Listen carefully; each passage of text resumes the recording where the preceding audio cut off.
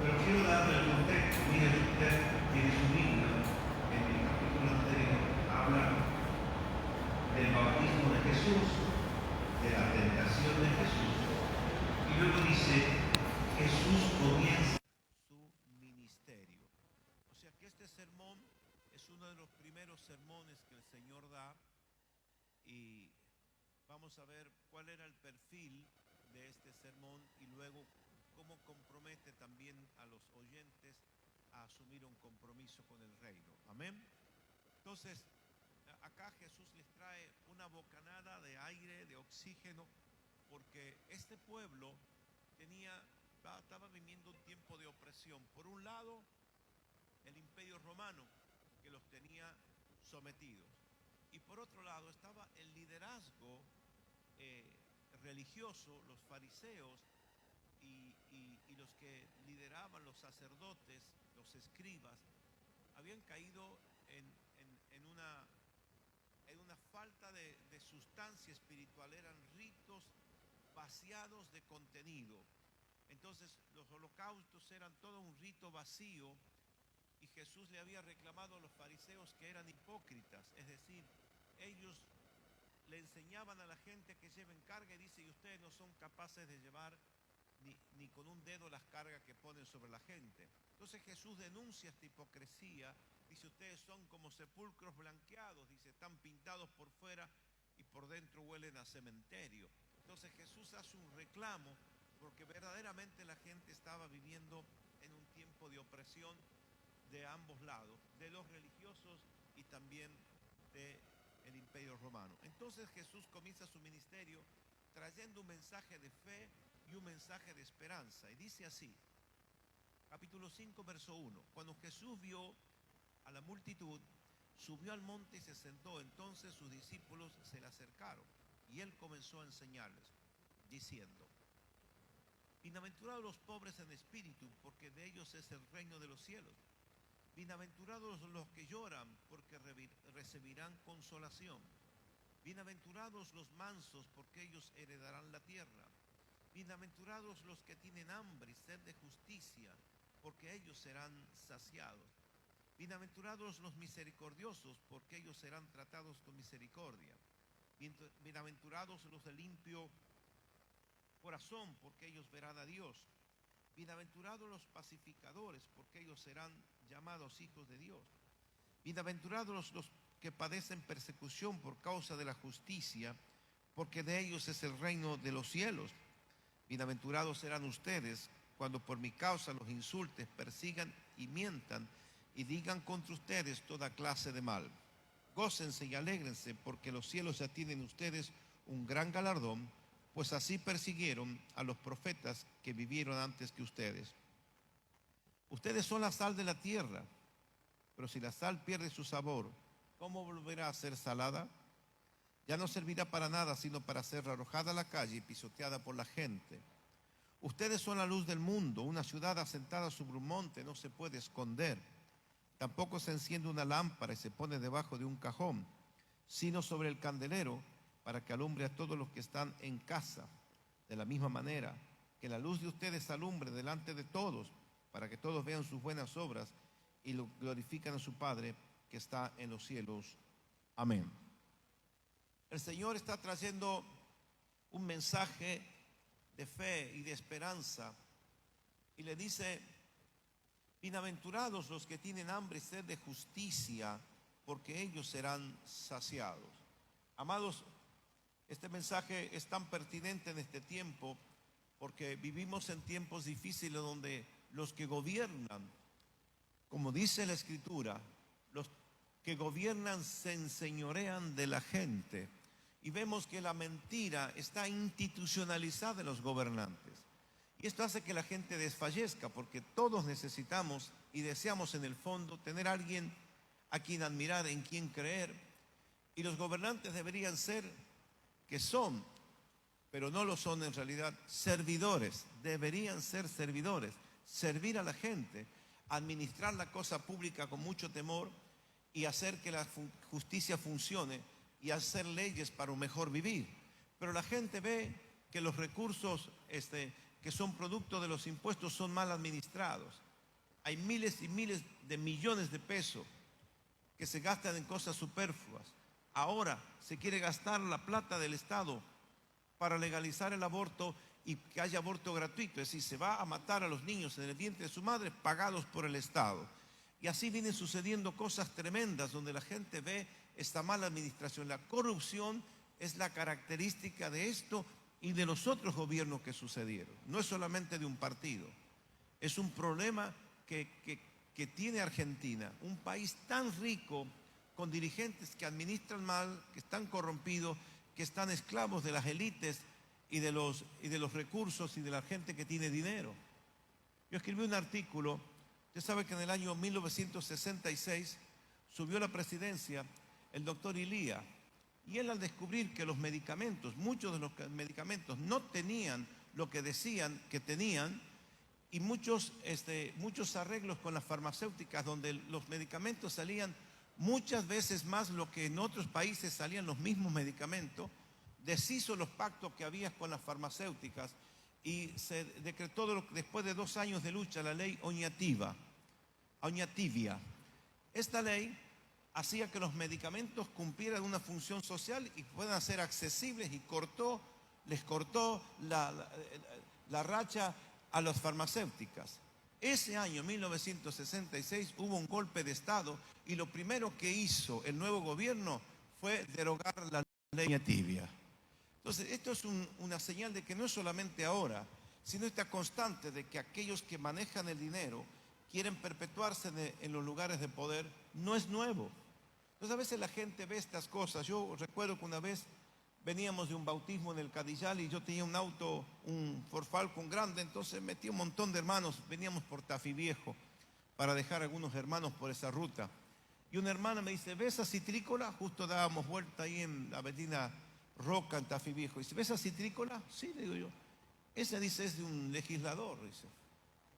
Mire, cuando entró a ser legislador no tenía un peso, era dueño de una citrícola. Y la mujer estaba amargada, ¿no? Entonces yo le digo, pero aunque escapen de la ley de los hombres, no escaparán de la ley de Dios.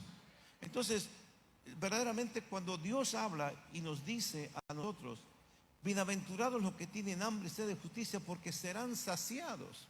Eso nos da esperanza a nosotros.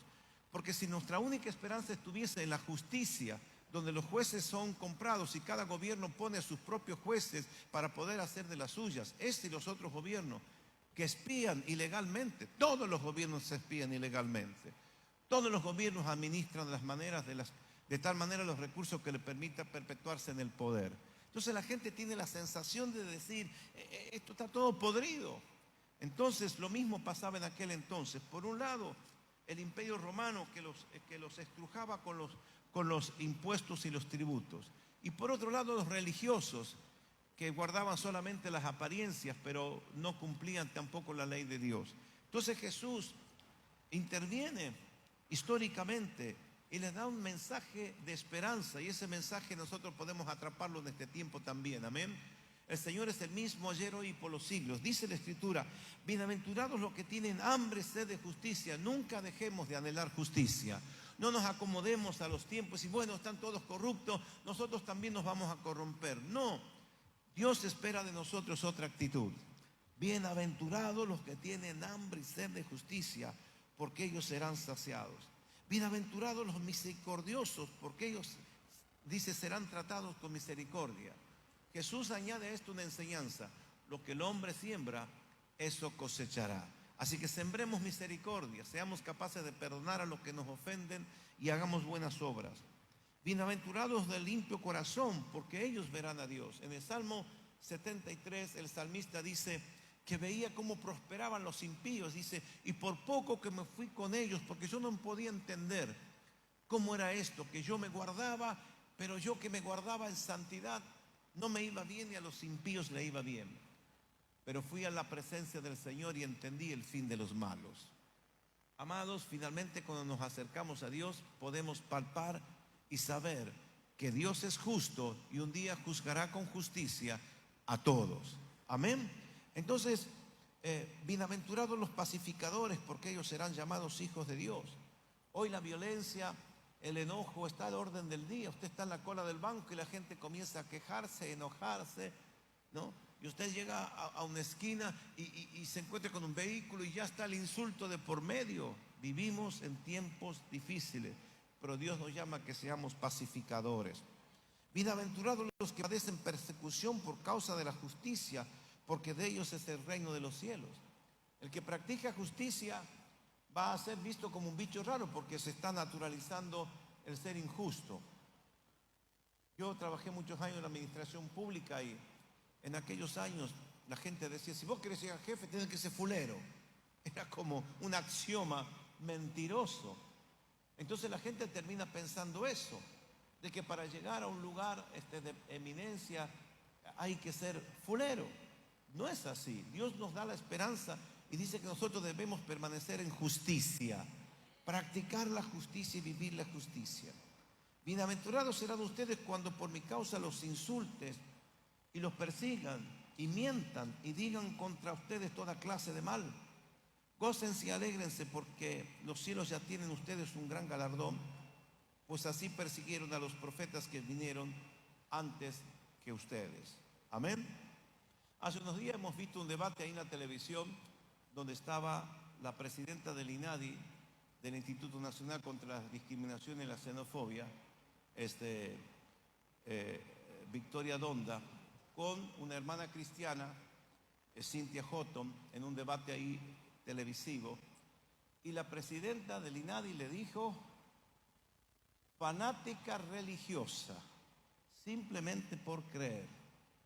Estos son señales que si los funcionarios, si podrían acomodar esto un poquito, si los funcionarios que están puestos ahí para que no seamos discriminados, nos discriminan, la verdad que hay que tener mucha fe para no caer en el negativismo.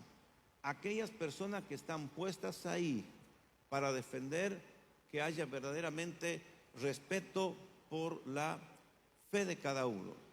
La institución que debería guardarnos nos agrede. Amados, nuestra Constitución permite que nosotros tengamos la fe, y hay en nuestro país lo que se llama libertad religiosa. Y que el Estado sea laico no significa que tiene que perseguir a los que creen. El funcionario, cuando está en tus funciones, no debe tener ni doctrina ni religión, debe juzgar a todos por igual. Está ahí para administrar la justicia a todos. Tiene que dejar de mirar partidariamente, que es el problema, a toda la sociedad. Este de mi partido lo favorezco, este de otro partido le voy a cerrar las puertas. El funcionario tiene que tener la grandeza de manejar con justicia todas las cosas que tienen que juzgar. Entonces nosotros vemos que en algún momento vamos a ser confrontados con nuestra fe. Porque enseguida que decimos que somos creyentes, somos tildados de oscurantistas, de fanáticos. Así que preparemos nuestro corazón para defender, como dice el apóstol Pedro: estén preparados para presentar con mansedumbre defensa de la esperanza que hay en vuestros corazones. Debemos presentar con mansedumbre, pero permanecer firmes, porque dice la Escritura que la iglesia es columna y baluarte de la verdad. Entonces la verdad está relativizada, ahora se habla de posverdad, ¿no? O sea que la mentira es una institución. Entonces debemos, en medio de este tiempo, practicar la verdad y la justicia como testimonios vivos. Amén. Entonces preparémonos para defendernos, pero con mansedumbre, sobre la esperanza que hay en nuestros corazones. Dice: gócense y alégrense, porque en los cielos ya tienen ustedes un gran galardón, pues así persiguieron a los profetas que vivieron antes que ustedes. Los profetas le estaban anunciando a Israel que se habían corrompido y que inevitablemente iba a haber juicio sobre un Israel corrupto. Entonces muchos no querían escuchar, pero ya había profetizado: y si ustedes obedecen, tendrán todas estas bendiciones. Pero si ustedes desobedecen, todas estas calamidades vendrán sobre ustedes. Lo que hacían los profetas es recordarle los principios de Dios. Si ustedes están desalineados haciendo lo que bien les parece, lo único que pueden esperar es juicio de Dios. Y claro, los gobernantes, los dirigentes no querían escuchar eso, por lo tanto perseguían a los profetas. Y este es el principio, hermanos. O nos acomodamos a este mundo, o decimos lo que es verdad y decimos lo que es justo. Para saber qué es verdad, tomemos la palabra de Dios. porque es muy difícil encontrar la verdad a través de los medios de comunicación, que yo creo que más de ser el cuarto poder es el primer poder, porque hay manipulación y mucha mentira. Usted ve un canal y te dicen exactamente lo contrario que el otro canal. A nosotros, cuando hicimos las marchas ahora, Provida, nos ignoraron totalmente. Y cuando hacen las marchas pro aborto, llenan, pareciera ser como que hay mucha gente, y las ponen a la cámara de tal perspectiva que parece que hay mucha gente. Y cuando nos reunimos nosotros, buscan los huecos donde hay poca gente, dice un puñado de gente. Entonces hay manipulación. ¿Cómo sabré yo que es verdad? La palabra es verdad. Cielo y tierra pasarán, pero mi palabra no pasará. Si nosotros queremos caminar en verdad, caminemos aferrados a la revelación de la Escritura. La Escritura dice, sin margen de error, que los gobernantes se enseñorean de la gente. Y vemos históricamente que aquellos que llegan al poder van a hacer todo lo posible para permanecer en el poder. Esto significa aún hacer cosas sucias. Entonces, vivimos tiempos difíciles, pero Dios, después de darle las buenas noticias, los desafía a los cristianos y les dice, versículo 13, ustedes son la sal de la tierra, pero si la sal pierde su sabor, ¿cómo volverá a ser salada? Ya no servirá para nada, sino para ser arrojada a la calle y pisoteada por la gente. Amado, la sal cumplía dos funciones. Uno, que era darle gusto a la comida, y lo dos era preservarla. Entonces nosotros debemos dar un testimonio de que a pesar de todo, nos gozamos en el Señor. Aunque la higuera no florezca, los campos no den mantenimiento y no haya vacas en el corral, con todo me alegraré en el Señor, porque el gozo del Señor es mi fortaleza. Nosotros somos del evangelio de la esperanza, el evangelio de la fe. Nosotros creemos en Dios, creemos en su justicia. Dios traerá justicia y nosotros veremos la mano de Dios. Mire, yo creo, y no sé si soy muy positivo, pero el clima está especial para que Dios manifieste su gloria. El clima, porque hay todo un complot para someter a las naciones económicamente. Hay un complot para esclavizar a las naciones a través de lo económico. Los países se endeudan y las élites los gobiernan y le dan dinero a cambio de. Entonces, cuando nosotros vemos este clima, a mí me hace acordar a cuando Israel sale de Egipto y encara para el desierto, se encuentra con el Mar Rojo, pero ya venía Faraón con todo su ejército, porque ya se había arrepentido de haberlos liberado y venía a destruir Israel. Y estaban acorralados, el mar por un lado y Faraón por el otro. Entonces Dios se glorificó y abrió el mar y cruzaron los judíos en seco. Amados, este clima que se está presentando. Oramos, hacemos los esfuerzos, vamos a la marcha, presentamos cartas, felicitamos a que hay que felicitar. Nuestros diputados no escucharon la voz del pueblo. Todas las estadísticas, la peor estadística, dijo que el 70% de este país no quiere el aborto. Nuestros gobernantes, aún siendo una ciudad pro vida, 3 de los diputados votaron a favor del aborto. Usted tiene que acordarse quiénes son. Usted tiene que acordarse y no votar porque uno hace un pacto con ellos. Y nosotros no tenemos que hacer un pacto con la muerte. El aborto es asesinar a un niño en el vientre de su madre. La ciencia y la ley lo dice así. Ellos violan la ciencia dura y violan la ley delante de nuestra propia cara. Entonces nosotros no podemos ser indiferentes y decir, ¿cuál es mi actitud? Nunca más lo votaré. Y Dios, yo creo que va a levantar una nueva dirigencia. Yo creo que va a levantar una nueva casta de empresarios, va a levantar una nueva casta de gente en el área de salud, va a levantar una nueva casta en el área de la educación. Dios se va a glorificar. Estamos igual, estamos acorralados, pero Dios va a mostrar su gloria. Siempre fue así, siempre fue así. ¿Cuántas veces atacaron al pueblo de Dios, a Israel? Países vecinos, naciones que eran más que ellos en número, en capacidad de armas, y Dios le dio la salida a su pueblo. Eso es una enseñanza para nosotros. Si permanecemos en la fe y permanecemos nosotros siendo fieles a aquel que nos llamó, veremos su gloria. Amén. Entonces le dice, ustedes son la sal de la tierra. Entonces la sal, nosotros tenemos que gozarnos y transmitir este gozo, porque el gozo de la salvación tiene que ser transmitido. ¿Y preservar qué? Los valores. Se atenta contra los valores. Los valores son una sociedad que no tiene valores, está camino al caos. Entonces ahí vemos la mano del diablo. El diablo vino a robar, a matar y a destruir. Entonces nosotros tenemos que ver a este mundo, ver con la Biblia. ¿Qué dice? El príncipe de este mundo es el diablo. ¿Cómo está el mundo? El mundo está bajo el maligno. ¿Cómo sabemos? Por el fruto. Hay alimento para que todos coman en este mundo. Sin embargo, hay gente que no tiene alimento. Hay agua para todo el mundo, pero hay gente que no tiene ni siquiera agua. ¿A quién se lo vamos a achacar esto? A los gobernantes. Ellos son los responsables. Entonces nosotros tenemos que ver que acá hay un problema de justicia, un problema de verdad. Falta de amor al prójimo, porque sirven a un Dios llamado Mamón, que es el Dios de las riquezas. Entonces nosotros debemos preservar nuestros valores, porque la sociedad está conformada por familias y lo que se quiere destruir es la familia. Se destruye la familia, se destruye la economía. Entonces el diablo quiere esclavizarnos. Por eso hay que ver espiritualmente lo que sucede. Tengo que hacer una mirada espiritual. El diablo vino a robar, a matar y a destruir. Entonces nosotros tenemos que estar atentos y decir, ¿cuál es la respuesta a todo esto? Tenemos que permanecer en verdad y permanecer en justicia. Estar lleno de esperanza en un mundo tan necesitado. Entonces, preservar los valores y vivir en el gozo y en la paz. Y finalmente le dice, ustedes son la luz del mundo. Una ciudad asentada sobre un monte no se puede esconder, hermano. Dios encendió una luz en nosotros. Dios sembró la semilla de la palabra. Y la palabra es el verbo, es Dios mismo en nosotros. Entonces nosotros tenemos que iluminar este mundo con la luz de Cristo. Y Cristo está en nosotros.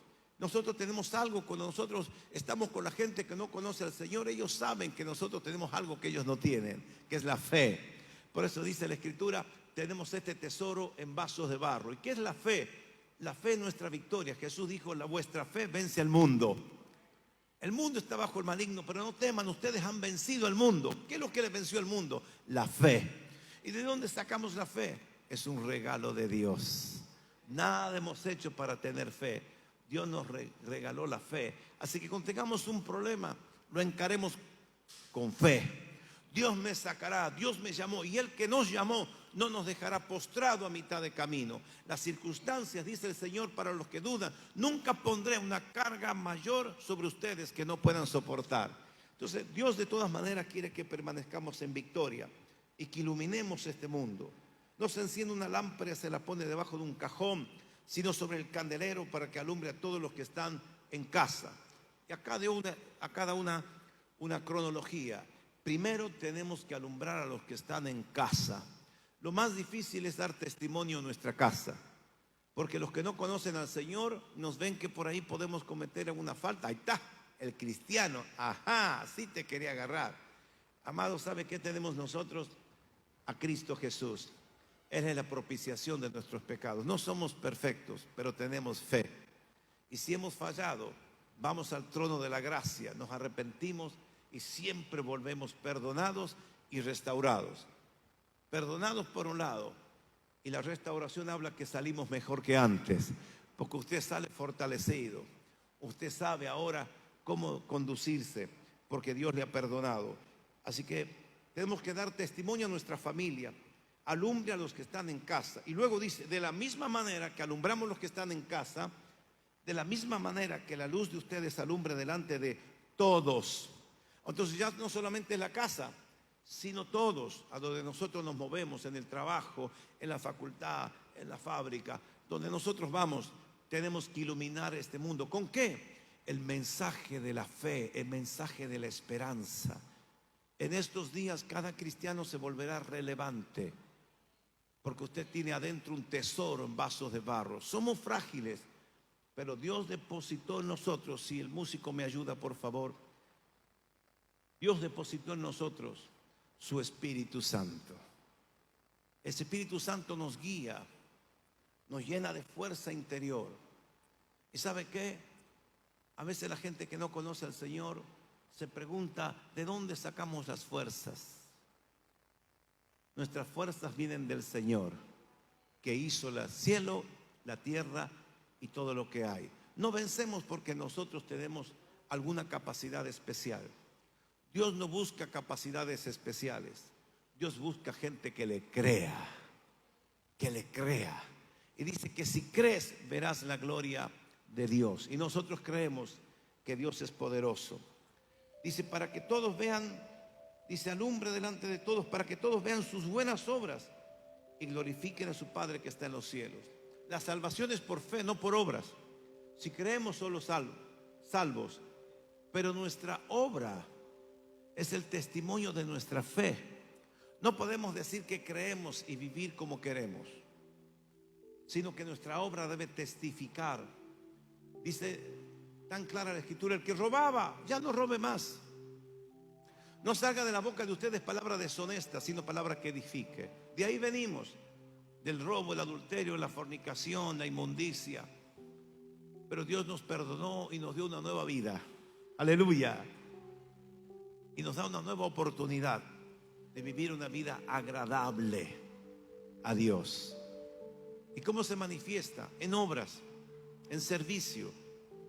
El que sirve está por encima del que no sirve. El que sirve, miren lo que dice Jesús cuando completa esta frase: los gobernantes de este mundo se enseñorean de la gente, pero no será así entre ustedes, sino que el mayor será como el que sirve. ¿Cuál es el mayor? El que más ama, el que más sirve. ¿Sabe quién es el mayor en una casa? El más servicial. Me acuerdo cuando éramos chicos, nos quedamos un poco de gaseosa o no nos peleábamos por el último traguito de gaseosa. No, yo no, se rima. Y cuando nosotros conocemos al Señor, aprendemos: no, está bien, no, tómalo vos. Para un niño esto es un milagro. Y servir a los que viven bajo nuestro mismo techo es la evidencia de nuestra fe. Servir. Si usted sirve, gana la casilla del medio. Sirva, busque la oportunidad de servir, de dar. ¿Sabe cuál es una de las formas de llamar el dinero? Circulante. Recibe y dé. Piensa en quién va a bendecir. Compre una bolsa de frutas ahí en el semáforo, pero cómprelo para otro. ¿Sabe que usted le dé al vecino, a una persona? Mira, compré esta bolsita de bananas en el semáforo, son para vos. Todo gesto que significa servicio al otro. El matrimonio, el primero que se levanta le tiene el desayuno preparado al otro. Aquí te preparé, mira como a vos te gusta. Esas actitudes generan en nosotros un carácter, espíritu de servicio. Jesús dice: yo no he venido a ser servido, sino a servir. Y sabe que tenemos nosotros el espíritu de Cristo. Entonces Dios nos da una tarea. Nos dice que tengamos esperanza porque Él trae verdad y trae justicia. Pero dice que seamos la sal y seamos la luz del mundo, que iluminemos para que la gente glorifique a vuestro Padre que está en los cielos. ¿Sabe que la gente cuando va a querer seguir a Jesús? Cuando vea que dejamos de robar, dejamos de maldecir y ahora trabajamos con nuestras manos. Miren lo que dice la Escritura. Es tan maravilloso leerla porque nos enseña a vivir. Dice: el que no trabaje, busque un trabajo para tener con qué bendecir a otros. No dice busque un trabajo para cambiar la moto, busque un trabajo para... Dice busque un trabajo para tener con qué bendecir. Me contó una historia triste y después le tendré que contar una buena. Yo vivía aquí a la vuelta en la calle Segunda Diagonal y teníamos un amigo de la infancia que vivía en Barrio Oeste. Antes ambos vivíamos frente de la Plaza Belgrano, yo al lado de mi casa. Y él era preventista, salía a vender por los kioscos los productos de una empresa. Y un día me golpea la puerta de mi casa y me dice: dice José, vos sabés que necesito, tengo que moverme, no tengo un mango, gordo, tengo que salir. ¿Tenés 5 pesos? En aquel entonces, 5 pesos. 5 pesos, digo yo. Entonces, che, gorda, le digo, ¿no tenés 5 pesos por ahí? No, chicos, ustedes no tienen 5 pesos. Vos sabés que no me olvido. Le digo a vos sabés, gordo, no tengo 5 pesos. Fue muy triste para mí no tener con qué bendecir a otros. La escritura dice, qué bueno que sí, gordo, toma 5 pesos. Usted ve la cara de la gente cuando usted le da los 5 pesos y es placentero. Y qué triste decir, no tengo los 5 pesos. Por eso dice la escritura, el que no trabaje, busque un trabajo para tener que compartir a los demás. Entonces, cuando lleguen recursos a su vida, piensa en compartir. Haga circular. Nosotros acá en esta casa somos una casa generosa. Todo esto se hizo con ofrendas. Durante años hemos becado a los que hoy son abogados, arquitectos, médicos. Hemos becado a los discípulos que, pudiendo acceder a una carrera, no tenían para cubrir sus necesidades de estudio. Y hemos creado un clima en este lugar. Esta es una iglesia generosa. Cada vez que hicimos un proyecto, antes de la fecha que nos hemos propuesto, lo hemos logrado. Porque hemos aprendido en la práctica que más bienaventurado es dar que recibir. Entonces, la gente, cuando veamos que somos los generosos del grupo, no aquellos que van al bar y a la hora de pagar, sí, escúchame, no sé, viste que hacen, ya cuando está todo, se juntó toda la plata.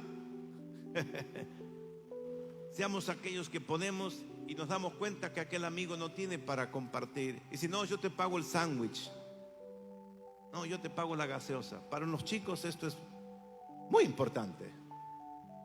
Porque de acá muchas veces los jóvenes salían, se iban a tomar y algunos se tomaban para su casa porque no tenían para el sándwich y para la gaseosa. ¿Es así? Pero qué bueno que dice, no, gordo, no te preocupes, yo te pago el sándwich y yo te pago la gaseosa. Eso es grande, porque no es el monto, sino la actitud. Yo te voy a bendecir.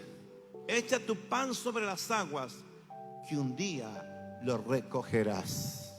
No pienses si te lo puede devolver o no. Mejor, dice Jesús, si no te lo puede devolver, mejor. Asegúrate que le dé a alguien que no te lo pueda devolver. Entonces tu Padre te recompensará. Amados, termino con esto. Creo que estamos a punto caramelo de ver la gloria de Dios en las naciones, en Argentina y en nuestras propias vidas. Cada cristiano sintonizado con el cielo se volverá relevante. Usted se va a volver relevante. Aférrese del mensaje del evangelio de la esperanza. Vívalo y comparta su fe y comparta los recursos que Dios le dé. Cuando usted vacía su billetera de dar, Dios sabrá cómo llenarla de nuevo. Quiero orar por ustedes. Póngase de pie. Jesús, por un lado, le da un mensaje de esperanza y de fe, y por otro lado los compromete. Le dice, ustedes son la sal y ustedes son la luz del mundo. Una ciudad asentada sobre el monte no se puede esconder. En este tiempo, esa lámpara que estaba debajo de la mesa será puesta en un lugar alto. ¿Y esto qué significa? Los cristianos comenzarán a ser relevantes. Verán la fe que usted tiene y le buscarán. Así que nuestro deber es estar llenos de fe, para impartir esperanza. En un momento le dijo Jesús a sus discípulos, Pedro, el diablo me ha pedido para zarandearlos, pero no se preocupen, he orado al Padre para que no les falte la fe. Esto significa que podemos interceder unos por otros, y yo quiero interceder por ustedes. Levanta tu mano. Padre, yo te ruego por este pueblo que tú me has dado a pastorear y a cuidar. Así como un día, Jesús, tú rogaste por Pedro y los demás discípulos, yo ruego por ellos que no les falte la fe, que puedan enfrentar toda situación con la fe y que ellos puedan ver tu gloria, ver tu mano moviéndose, que ellos puedan ver la sobrenaturalidad en sus vidas, en su salud, en su economía, Señor, en todas las áreas de su vida, restaurando las relaciones personales, sanando los corazones, sanando al herido. Padre, auméntale la fe. Recibe una unción de fe en esta mañana. Padre, te ruego por ellos, como tú oraste por Pedro, que no les falte la fe. Señor, auméntales la fe, que el día de la prueba ellos puedan vencer con esta arma poderosa que se llama la fe. Les bendigo en tu nombre, en el nombre de Jesús. Amén y amén. Adórale al que vive, adórale al que vive.